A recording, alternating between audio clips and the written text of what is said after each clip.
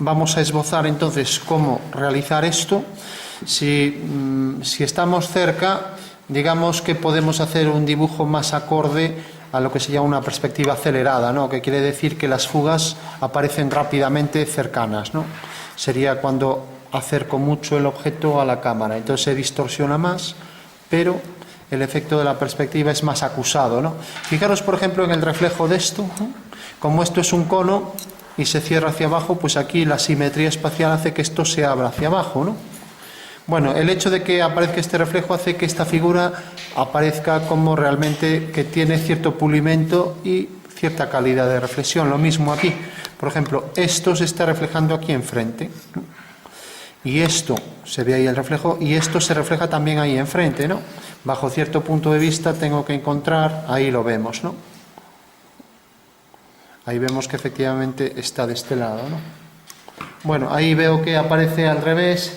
Otra vez estamos en lo mismo, a ver si aquí me permite, bueno, el navegador no permite hacerla simétrica, ¿no?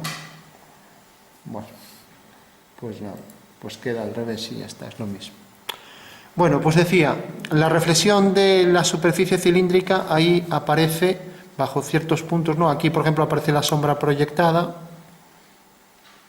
pero otra cosa es la reflexión entonces este oscuro debería aparecer ahí reflejado, igual que este aparece debajo, e igual que el cubo se proyecta aquí en la base, apenas se nota, ¿no? Además aquí no hay mucha luz. Bueno, y por último aparece también la zona esta, que debería estar más oscuro esto que esto, y luego la zona de luz, ¿no? Bueno, entonces, como aquí no tenemos la luz proyectada, a ver si abriendo ahí la luz que llamamos distante, se ve un poco el efecto que estamos hablando, ¿no? Además allí no interfiere en la imagen prácticamente, ¿no? Por eso no está abierto.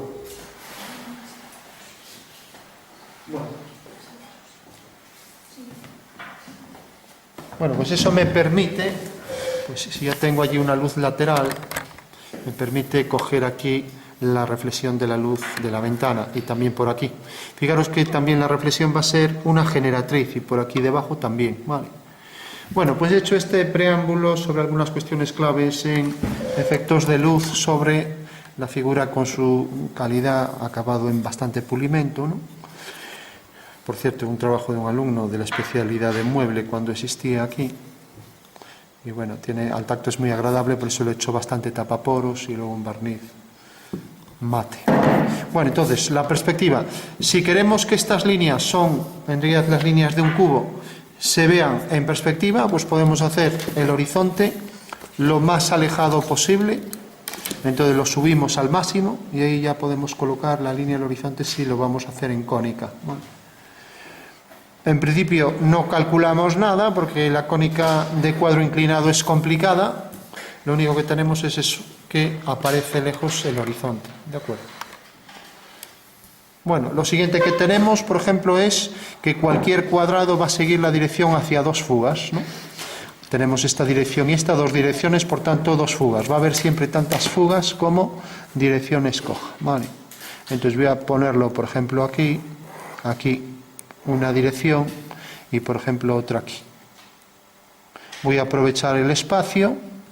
Quiere decir eso que cuanto más aleje las fugas, menos se distorsiona, ¿no? Y por último, también sabemos que las líneas verticales, bajo un punto de vista cercano, son concurrentes hacia abajo, como lo veis ahí, ¿no? Por tanto, cogiendo aquí una línea hacia abajo, marco también la posición del punto de fuga hacia abajo, que voy a colocar aquí, aprovechando también al máximo el papel, ¿no? Fs1, Fs2 y Fs3, ¿vale? Bueno, pues esa ya va a ser la referencia para todas las líneas del objeto. Y para que no quede muy pequeño, pues puedo ampliar el cuadrilátero este al máximo. Entonces, lo coloco, por ejemplo, aquí y ya tengo que ya va a tener un tamaño considerable, ¿no? Entonces, lo traigo por aquí y vemos que eso es un cuadrado, con lo cual intento también aproximar que esto se parezca a un cuadrado, ¿vale? Eso en cualquier cónica, incluso en esta de cuadro inclinado, también puedo calcular que esto sea un cuadrado, pero hacer el cálculo resulta algo complejo, entonces en principio lo estamos haciendo así, sin tomar en cuenta medidas, ni ángulos, ni nada. Eso sí, todas las verticales también irán hacia este punto, y esto también. Bueno. Por último, para que esto parezca un cubo, pues sabemos que esta medida pues tiene que ser igual que esta. Otra cosa es esto, que esto ya es un rectángulo, no es un cubo. Entonces lo pondríamos, por ejemplo, por aquí.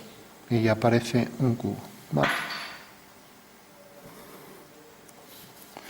Con lo cual ya podría ser pues esa figura, el hexaedro regular de 6 caras, que son cuadrados. Vale. Bueno, ya tenemos entonces un cubo en perspectiva cónica de cuadro inclinado. También se le llama de 3 puntos de fuga, aunque tenga muchos más, porque si aquí hubiera 2 líneas paralelas en esta dirección, habría otra fuga aquí, ¿no? Pero bueno, en principio tenemos esas 3 fugas, ¿no? Y luego vemos aquí que parece que hay casi cierta equidistancia. Bueno, podríamos hacer la equidistancia en estas 3 aristas y esta mantener un grosor mayor. En principio, como lo estamos haciendo sin calcular, pongo aquí lo que sería, ojo, también un grosor mayor para esto, y para las demás pues un grosor que parezca homogéneo. Por efecto de la perspectiva, esto está más cerca, se verá más grande que este de abajo, ¿no? Entonces hago esta línea y también hago esta de aquí abajo. Bueno, ya tengo entonces las 3 líneas. Tengo aquí esta forma más aproximada, que hace que lo perciba pues también como de mayor tamaño. Y por último, pues esta línea, por ser paralela a estas, irá a la misma fuga, ¿vale? Bueno, hasta ahí creo que nadie ha tenido problema. Ya el problema empieza cuando ponemos el cono, ¿no? Bueno, por último, fijaros que esta circunferencia más o menos está centrada y está a cierta altura. Podríamos decir que más o menos a 3/4 de la altura del cubo. Bueno, pues pensando aquí en 3/4, podría decir, bueno, pues puede venir por aquí. En todo caso, fijaros que el eje del cono está aquí, por lo tanto va a ser una línea vertical que pasa por aquí. Entonces imaginamos que aquí voy a colocar, como dijimos que estaba centrado, ya sabemos que para centrar puedo hacer 2 diagonales en este cuadrado y tengo ya la línea meridiana que pasa por esa cara cuadrada, ¿vale? Que sería esta, ¿de acuerdo? O sea que esta línea, aunque no lo parezca, por efecto de la perspectiva, este es el punto medio de esta arista, como acabamos de calcular. Esto sí que es exacto, ¿no? Bueno, y una vez que tenemos esto, la línea que baja desde la mitad de la arista hasta F, también es la línea que divide esto en 2 rectángulos iguales, pero a partir de aquí es donde voy a coger el eje del cono. Si os fijáis, está algo separado, puedo ponerlo, por ejemplo, aquí. Y entonces aquí tengo que hacer otro cuadrilátero que es un cuadrado, ¿no? Esta línea bajará también hacia F1 y ahora aquí es donde pongo el cuadrado. Entonces voy a hacer que, por ejemplo, como vemos que aquí la circunferencia ya es bastante grande, pues voy a hacer una única circunferencia sobre estas 2 diagonales, por ejemplo aquí. Vale. Bueno, con lo cual ya sabemos que estas 2 medidas son iguales y voy a coger entonces esa medida como la arista del cuadrado circunscrito a esa circunferencia. Entonces tengo aquí esta, y como una diagonal me define un cuadrado, pues ahí tendré ya la posición del cuadrado. Llega hasta aquí y llega hasta aquí. Bueno, ahora ya sé matemáticamente que esto es un cuadrado en el espacio, porque además estos 2 puntos equidistan del eje central, con lo cual puedo hacer aquí ya la circunferencia, ¿no? Incluso puedo hacer el prisma que incluye este cono, ¿vale?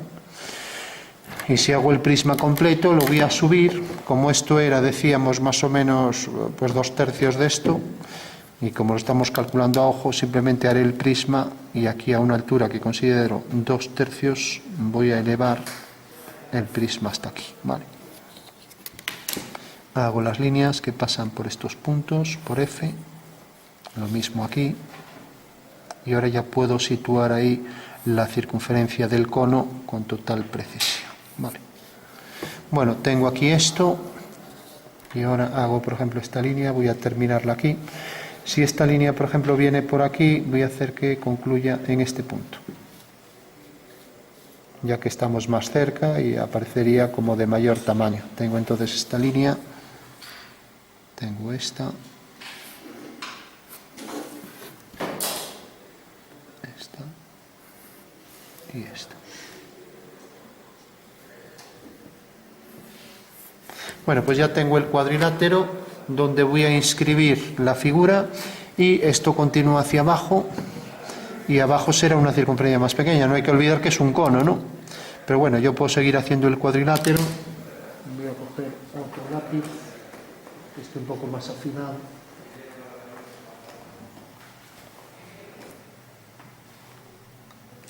Entonces decía que si continúa el cuadrilátero viene por aquí a F1. Vale. Yo voy a hacer que, por ejemplo, concluya aquí.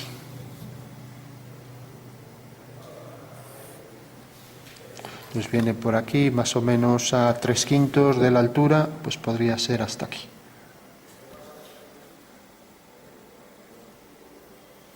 Bueno, pues ya lo tengo aquí, con lo cual este es el prisma que va a incluir ese cono, ¿vale?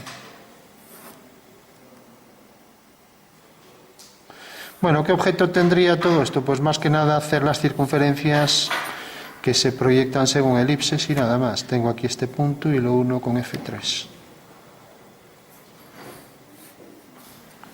Si esto lo hacemos a ojo, bueno, también vale, pero cuantos más detalles de precisión tenga, pues mejor.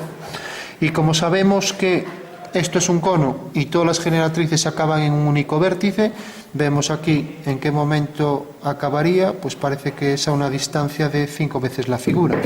Bueno, entonces lo que puedo hacer es hacer la línea que pase por el centro, que es esta. Fijaros que es el eje central del cono, con lo cual puedo hacer ya pues la base del cono, como este es el eje de revolución del cono. Voy a hacer, por ejemplo, que decía que era unos 5 veces, puede llegar hasta aquí. Vale. Y entonces ya, si cojo un punto sobre esta línea, sé que realmente voy a tener ahí ya un cono, ¿vale? Cosa que si hago aquí la circunferencia de manera fortuita no va a salir, ¿no? Bueno, pues ya hago por último las dos diagonales aquí arriba y dibujo la elipse dentro de ese cuadrilátero.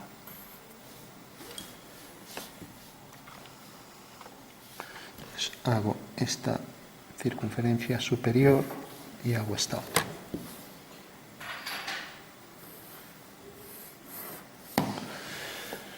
Bueno, y ahora tengo que hacer ahí una elipse que sea tangente y que pase por esos puntos.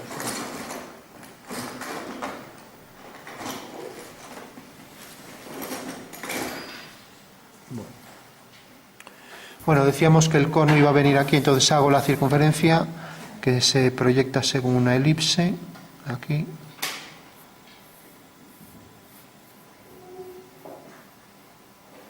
Tengo aquí ya la elipse. Y ahora sé que efectivamente el plano de esta elipse es un plano paralelo a esto de aquí. Vale. De acuerdo. Si cojo aquí una fila, que esto...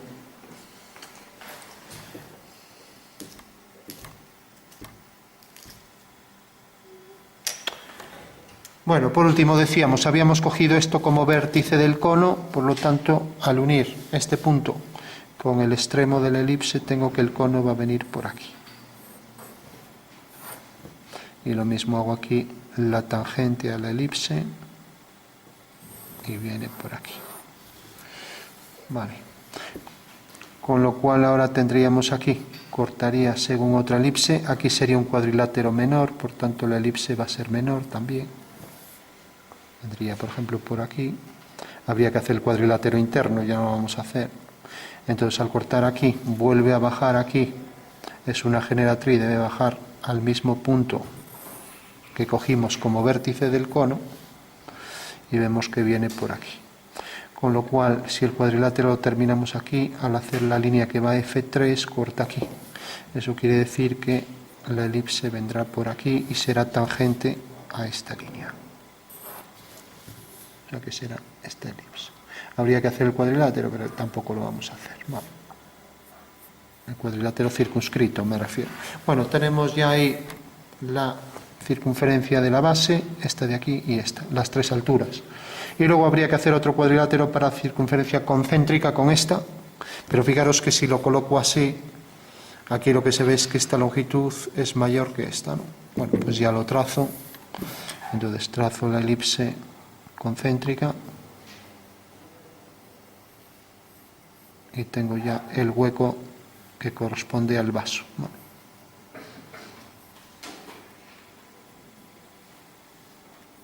Bueno, pues ya tengo ahí la figura al completo.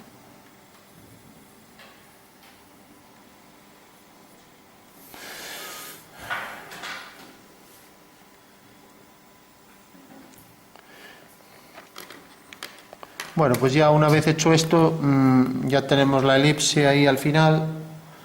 Ahí está invertido otra vez. Bueno, completamos y damos esas instrucciones sobre el tema de las sombras que decíamos antes, ¿no? Entonces, si vemos por aquí, pues la luz provoca una sombra difusa, poco definida, ¿no? En este caso la sombra viene por aquí, el reflejo viene por aquí y también tenemos una luz que proyecta aquí esta sombra, ¿no? Y también la reflexión, bueno, apenas se ve, ¿no?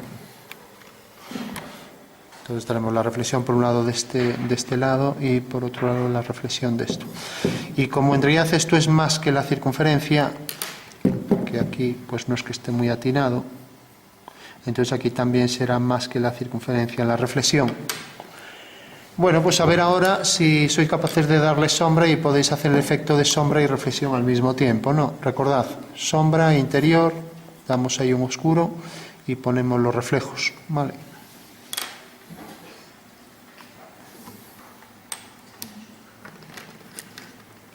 Entonces decíamos, esto es un cono, baja, y por tanto aquí la reflexión va a ser una línea que también se abre, ¿vale? ¿A qué distancia? Pues sería exactamente donde está el vértice, a igual distancia hacia arriba, ¿no? No tenemos las distancias. El reflejo de esto será una reflexión igual que fuga hacia este punto, con lo cual si hago aquí la tangente, esta reflexión también será tangente, ¿vale? Y nos dejará ver el reflejo aquí, tangente a esta curva elíptica que irá hacia abajo también, ¿vale? O sea que en realidad las dos curvas, esta y su simétrica, son tangentes, ¿no? ¿Vale? Y esta es la simétrica espacial, que quiere decir que el vértice quedará a igual distancia, ¿no? O sea, si tenemos esto, pues a igual distancia hacia arriba. Bueno, tenemos esas dos simetrías, ¿no? Y respecto aquí al cubo, pues luego habría esto sobre la superficie cónica, que daría una forma hacia abajo, no se distingue apenas, y luego está de aquí. Bueno, por último le damos sombras, recordad, sombras, dejamos aquí zona de luz, sombra en el interior y sombra aquí haciendo la dirección de las generatrices, ¿vale? Y sombra que, por ejemplo, en este caso penetra por este lado, ¿vale? Bueno, pues a ver si sois capaces de hacer un poco el efecto de sombra y reflejo al mismo tiempo. La sombra que proyecta esto aquí en el interior, le damos ahí un toque y ya concluimos, ¿no? Al fin y al cabo la geometría nos dice dónde van las sombras, pero ya el tema de los tonos ya es una cuestión de dibujo artístico. Eso ya no... Hoy los programas informáticos lo calculan, incluso calculan la radiosidad. ¿Alguien sabe lo que es? La radiosidad es cuando los fotones de luz rebotan y provocan que se refleje la luz en muchas direcciones, ¿no? Y entonces hace que, sobre todo en los huecos aparezcan zonas de luces y sombras, ¿no? A mayor hueco, pues mayor oscuridad, como pasa aquí. Es un efecto parecido a la radiosidad. Según nos vamos acercando hacia el fondo, pues es más oscuro, ¿no? Entonces eso también lo podemos hacer aquí, dar un tono y oscurecer más hacia adentro, ¿vale? Y aquí pues ya marcar más oscuridad.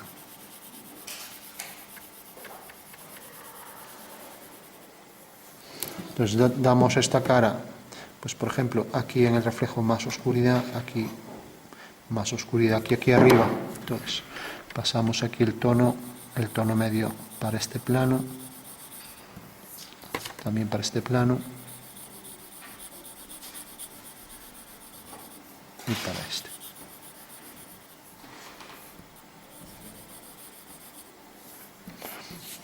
el reflejo que termina aquí de la superficie cónica y luego las líneas de sombra que concurren en aquel punto. Vale. Yo para el cono os diría, aquí hay una zona de reflexión que decíamos que se movía con el observador, ¿no?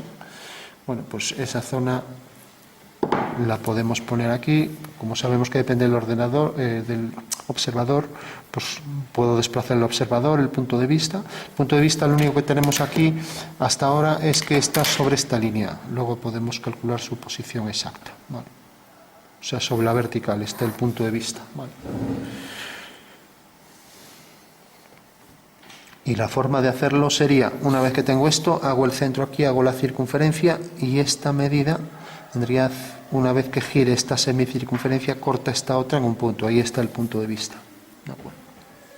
Bueno, por último, una vez que tenemos esto, también refleja algo de oscuro hacia atrás, entonces pondríamos más oscuro por aquí detrás. Y aquí pondríamos más oscuridad en el interior. Vale.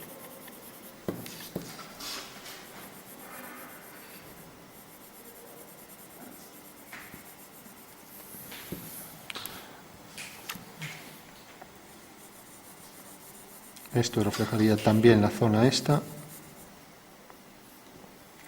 Y esto se reflejaría también aquí. Y luego decíamos que el oscuro interno, pues aquí, como teníamos por un lado la luz de este lado, pues tenemos sombra aquí de este lado. Y serán también generatrices, o sea que irán bajando hacia este punto V, ¿vale? Y lo mismo aquí.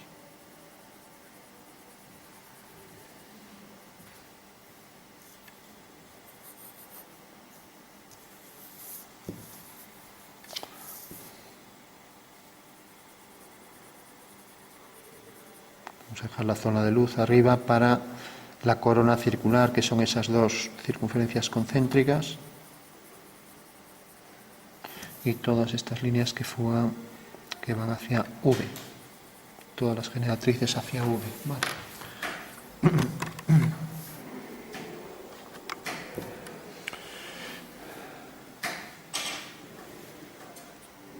Bueno, podemos oscurecer por debajo.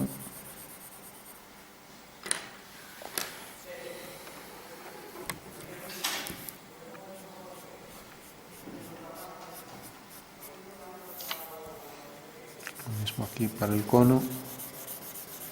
Lo mismo.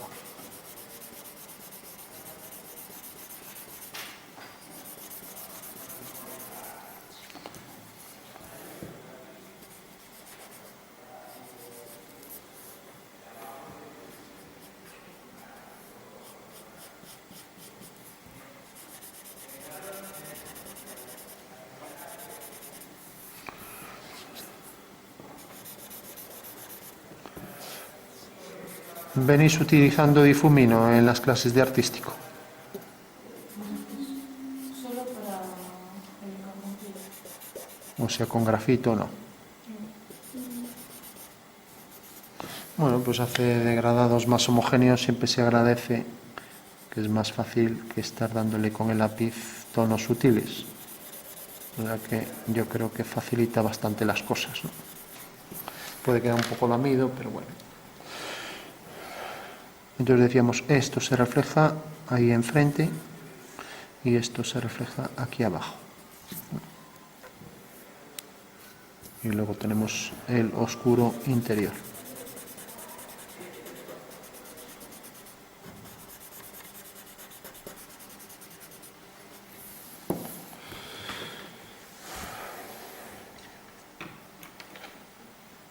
Bueno, daríamos más intensidad para los huecos.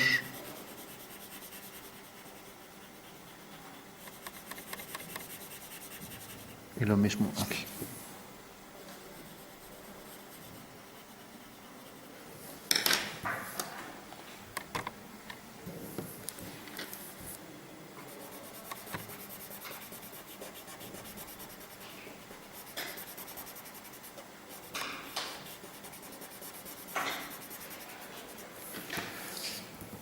Recordamos también que aquí en esto tenemos una zona de más oscuridad en la zona del entrante, con lo cual también aquí tendría que aparecer más oscuro y aquí también. Y lo mismo justo en el hueco, ahí.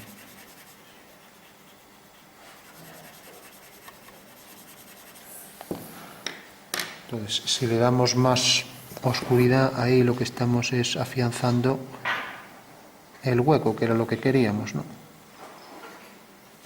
Bueno.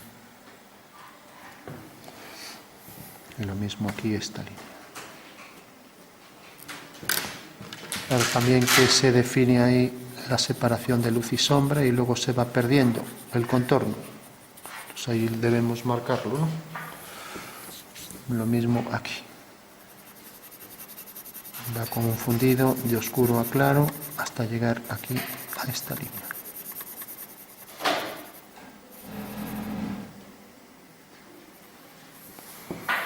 Vale.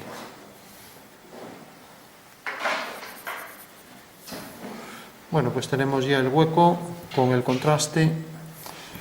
Esto sería máxima zona de luz. Podemos darle más contraste también a este plano, también a este de aquí, para diferenciarlo del que está al lado.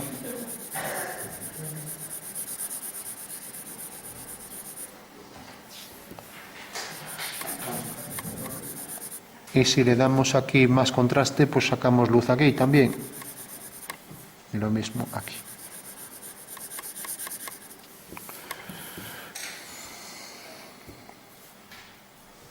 Bueno, tendríamos ya este hueco, haríamos lo propio con esto también. Recordamos, es una curva elíptica, entonces tenemos que tener mucho cuidado porque hacer la curva elíptica no es fácil.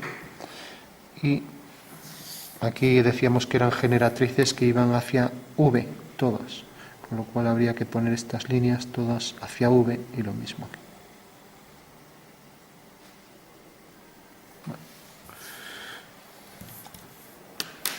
Dejando también más oscuridad aquí y aquí. Y en el entrante.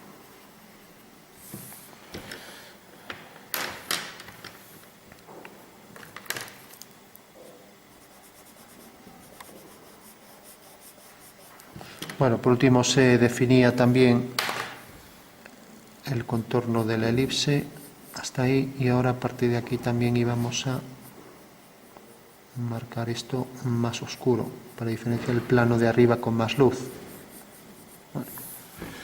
Bueno, pues ya le damos por ahí y bajamos ese tono con esa misma oscuridad hasta abajo, y lo mismo aquí.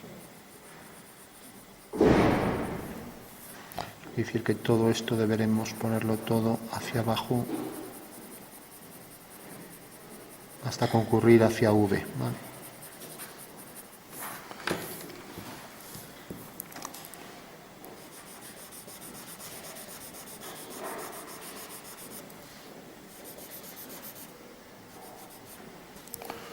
Y lo mismo aquí.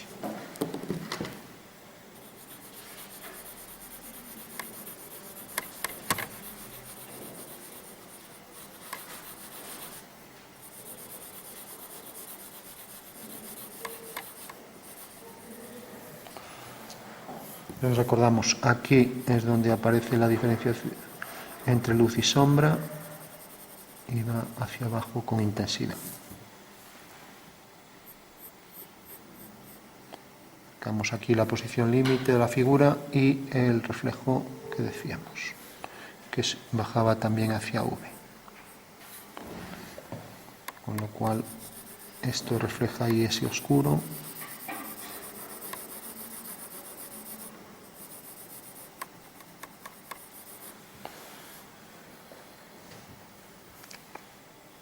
Y ahora aquí también el tono que diferencia la circunferencia y aquí su reflejo con el reflejo también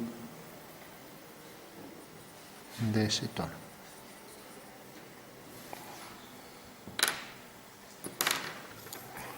Bueno, por último podríamos remarcar también con contraste en bolígrafo para concluir, y lo mismo aquí y aquí.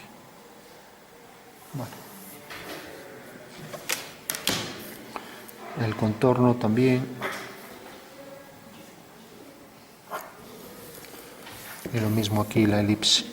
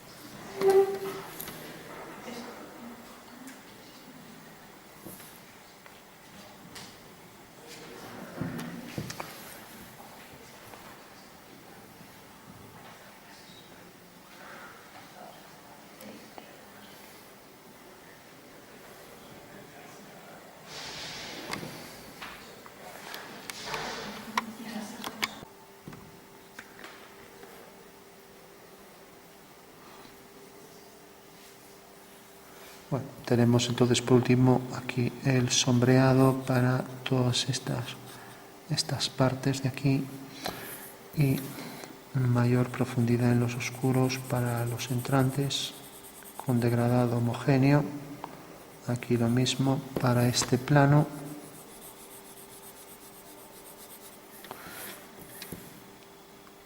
La reflexión de esto de las dos curvas tangentes, el oscuro este que se reflejará también aquí enfrente hasta llegar a esta línea donde termina el reflejo de esta superficie cónica que viene por aquí en su contorno y que bajará también su simétrica, y tendríamos ya el completo. Y por último esta circunferencia tangente a la curva del cono. Bueno, solo decir que para calcular el punto de vista, si tengo las dos fugas superiores y esta fuga hacia abajo, pues por esta fuga trazo la vertical y corta en este punto. Por el punto medio trazo la semicircunferencia y corta la vertical aquí. Ahora hago centro en O, en este punto, y hago un arco hasta que corta a la semicircunferencia cuyo diámetro es FO. Eso quiere decir que en la intersección de este arco con este tengo el punto de vista batido desde el que trazo la perpendicular a esta línea, obteniendo aquí el punto principal. Eso quiere decir que puedo girar esto y ya tengo aquí la posición del punto de vista. Si hago esto aquí, tengo la semicircunferencia, tengo la prolongación de esta línea hasta que corta el arco, giro y corta a esta semicircunferencia en este punto. Eso quiere decir que aquí está el punto de vista, ¿no? Bueno, pues esa sería la forma de hacer el cálculo de la posición del punto de vista y a partir de ahí podría coger todas las medidas.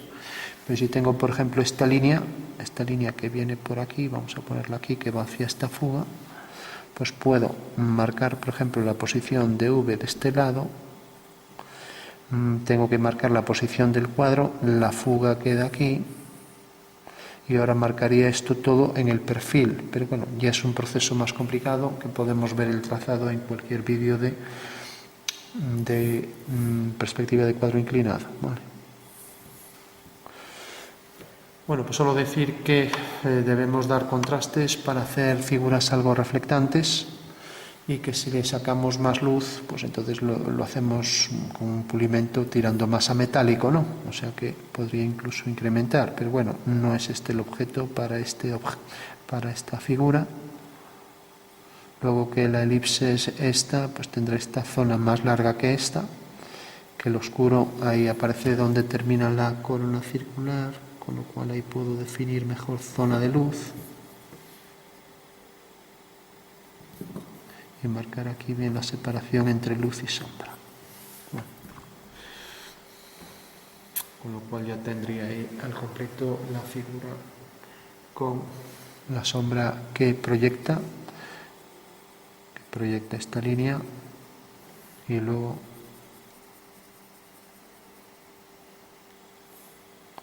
cómo se va difundiendo aquí esa sombra y cómo sale con mayor nitidez de ahí, y aquí es donde podríamos remarcar también el mayor contraste y un degradado más homogéneo poniendo más oscuro cerca del entrante y lo mismo aquí cerca del entrante.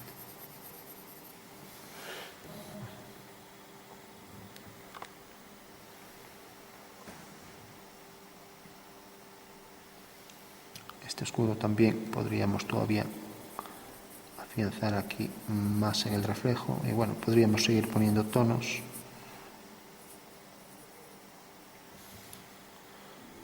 pero ya lo concluimos.